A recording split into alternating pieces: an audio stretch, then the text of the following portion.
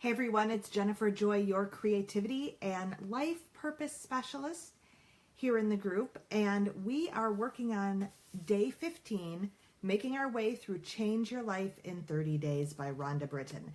Now, as always, I've said, if you don't have the book, that's fine. You can just watch these videos, and you can start in on any video. It doesn't matter. You don't have to start one through the end. You can just jump in anywhere and see if you have any insights for the day, or if you want to practice that certain concept for the day.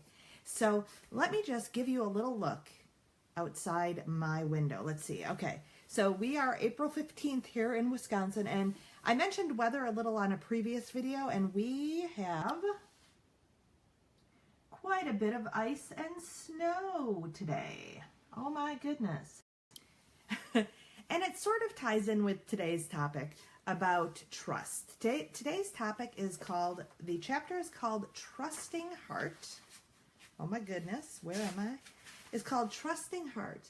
And it kind of ties in because it's show weekend for us. It's show weekend, and here we are having quite a bit of snow, and the worst part is ice. Our snow isn't too bad actually, but we have conditions where there is some ice.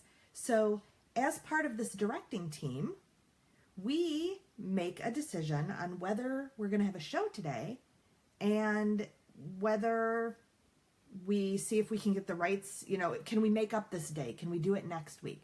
So we have to really lean in and trust that we're making the right decision, which we're going to be making soon. So that's why I've got to get this video done so I can get on out there. So what does this have to do with you?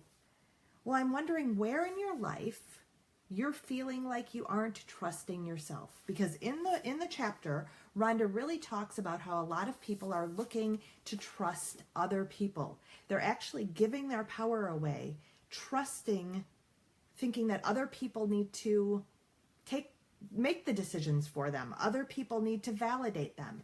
And as I've said, with creatives especially, we are driven by, we have this paradox where we're driven by this desire for validation, for applause, for positive feedback. It's part of who we are, nothing to get down on ourselves about.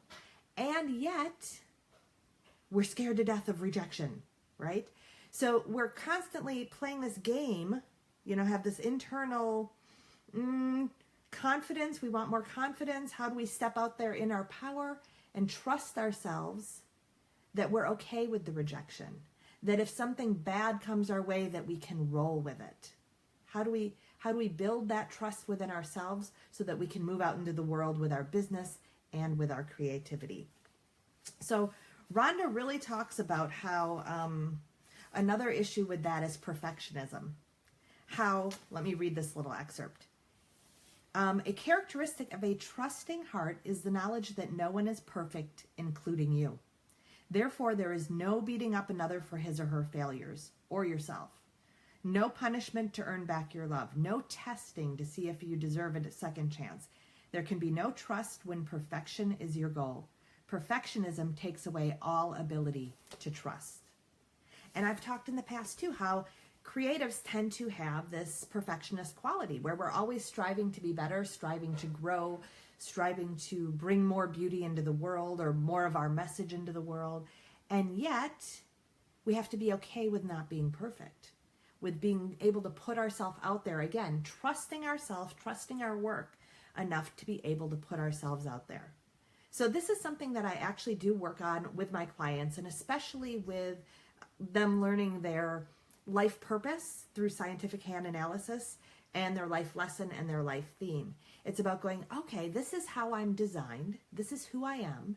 And I'm going to trust myself.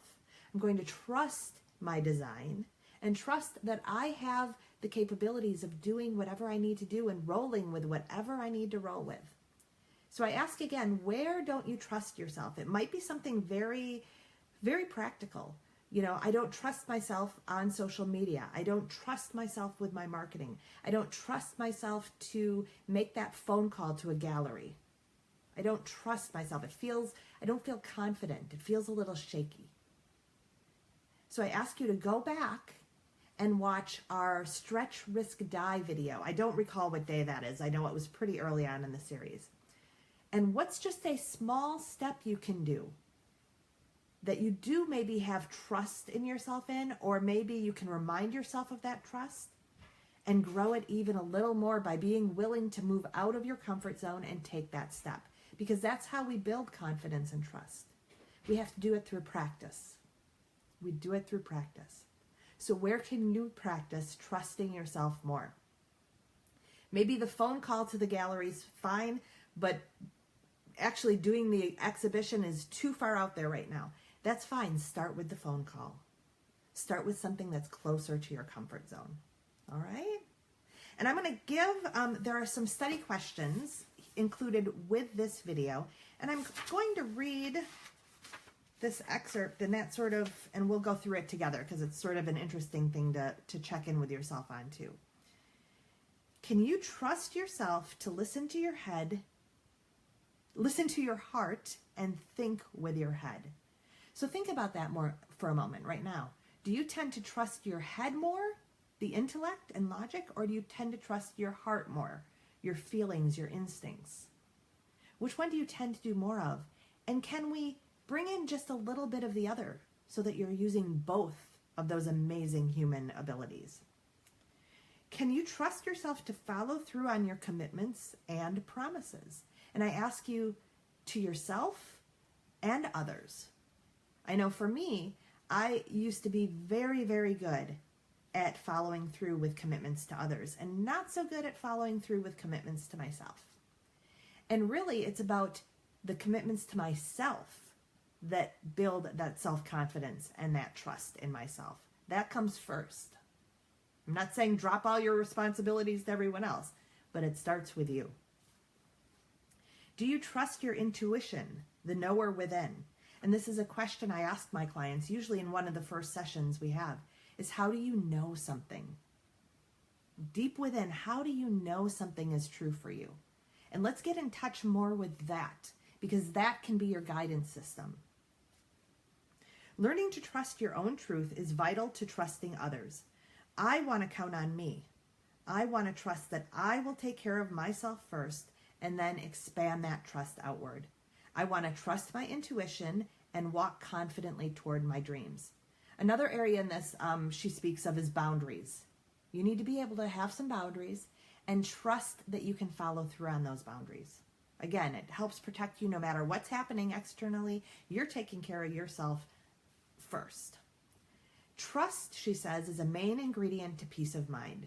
Trust is sacred. Honor your inner voice. Listen. Trust happens when you are true to yourself.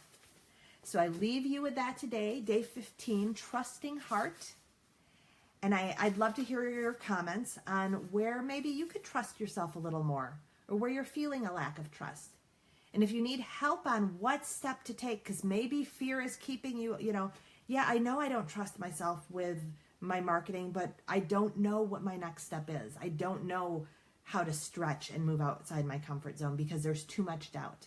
If you need support, feel free to jump on my schedule and we can talk about it and I can support you with that. So thanks so much for watching the video, whether live or replay. And I'm going to go, well, let me flip it around again. It's beautiful, isn't it? But now I've got to go check in with my head, check in with my heart, check in with my team, and trust myself and trust my team to make a decision that's right for us today. So maybe I'll have to keep you posted. Will we have the show today or won't we? It's a cliffhanger. Tune in tomorrow for day 16. Change your life to find out. All right? Bye-bye, everyone. Have a great day.